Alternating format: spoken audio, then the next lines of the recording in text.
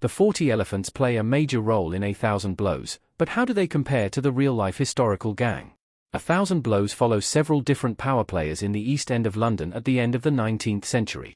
Each of them has their own goals and ambitions, but one of the more intriguing groups is the 40 Elephants, led by Queen Mary Carr, Erin Doherty. There are big reason reviews for A Thousand Blows are so good, A Thousand Blows' Rotten Tomatoes score is excellent, and why the show is well worth watching.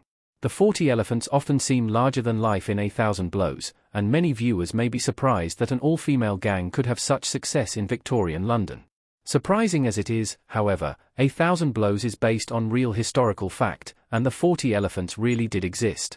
Every historical fiction story takes some creative liberties with the truth in the name of telling a more compelling story, however, so it isn't clear how much of A Thousand Blows was accurate.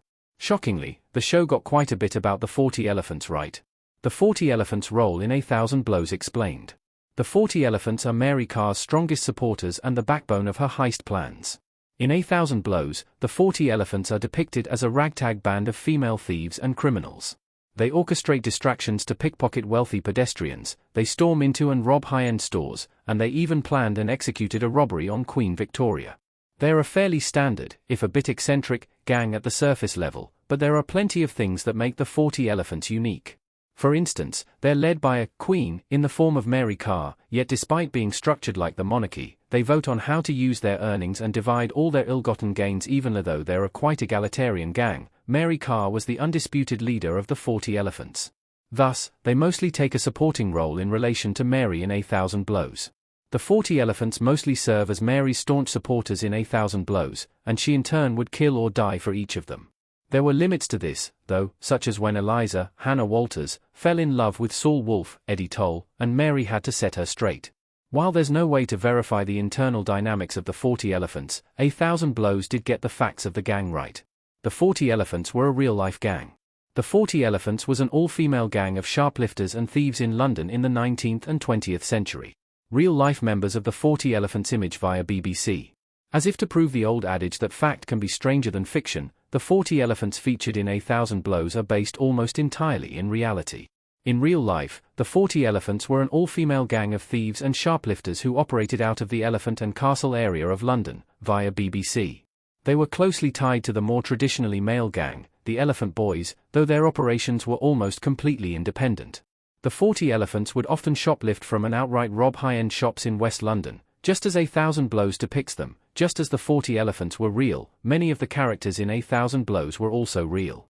Mary Carr, for instance, has several different arrest and incarceration records dating back to the 1880s. One of the only areas of true fabrication A Thousand Blows is guilty of is the connection between Hezekiah Moscow, Malachi Kirby, and the 40 Elephants.